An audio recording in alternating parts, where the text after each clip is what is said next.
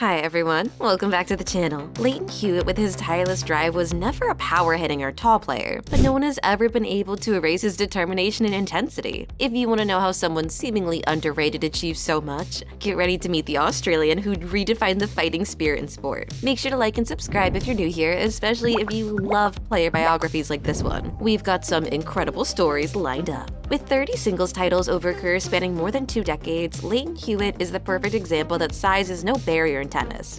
Born on February 24, 1981 in Adelaide, Australia, Lleyton Glenn Hewitt began his tennis journey by defying expectations from an early age. Unlike many elite players of his time, Hewitt didn't have an imposing physique or a flashy playing style. Instead, what defined Lleyton was his speed, his game-reading ability, and a resilience that few could match. Even as a teenager, he drew attention for his fierce competitiveness, training alongside professionals and showing he was there to stay. At 16, he became the youngest player to win an ATP tournament by claiming the title in Adelaide, his hometown. This was just the beginning. Lleyton Hewitt wasted no time in making his name on tennis's grand stages. In 2001, at the age of 20, he became world number 1, the youngest player to reach that ranking. Shortly after, he won his first Grand Slam title at the US Open with a dominant victory over Pete Sampras in the final. In 2002, he claimed his second Grand Slam title at Wimbledon, defeating David Nalbandian in a match that cemented his status as one of the greatest competitors of his generation. Hewitt was always a player who seemed to thrive under pressure. His game was built around a solid defense, quick returns, and an incredible ability to turn defensive rallies into attacks. He was famous for his stamina and lengthy, grueling rallies, always waiting for the right moment to surprise his opponent. Players facing Lleyton knew they would need not only strength but also patience and strategy because he wouldn't give up easily.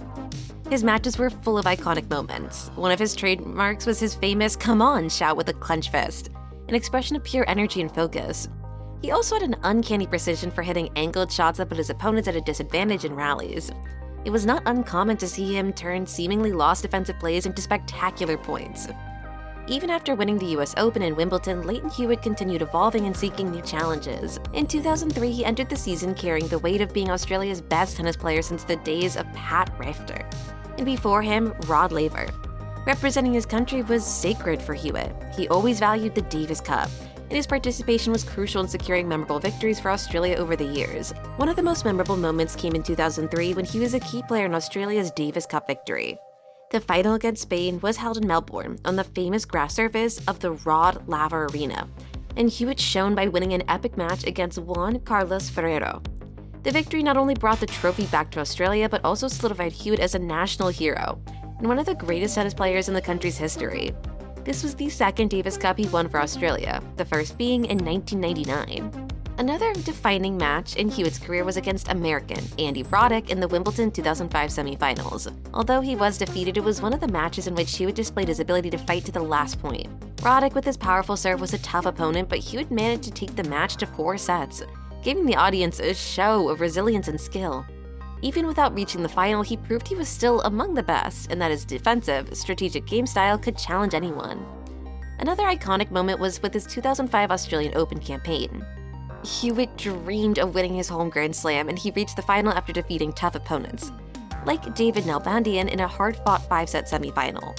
In the final, he faced Marat Safin, one of the most powerful players of the time, and although he lost, the match reflected Hewitt's determination and pride in playing in front of his home crowd.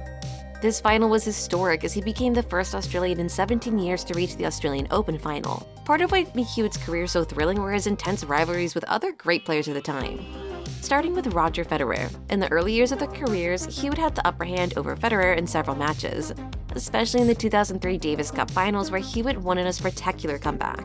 However, as Federer became a giant of world tennis, the dynamic between them shifted, with Federer gaining the upper hand in many encounters. Despite this, the mutual respect between the two was always evident. Another tough rival was Argentine David Nalbandian, whom Hewitt faced on numerous occasions. Their matches were always intense and often lasted several hours with long, thrilling rallies. The rivalry was marked by a similar playing style, both relying on precise, grueling rallies. This dynamic made each match almost a battle of endurance, and the fans knew that whenever these two were on court, the spectacle was guaranteed. Hewitt also had a competitive relationship with Andy Roddick. They faced each other several times, and each match was a true clash of styles. Roddick with his powerful serve against Hewitt and his defensive skill. Although they had different personalities, their rivalry was one of the most watched and anticipated on the circuit. But Lleyton Hewitt's journey was never easy.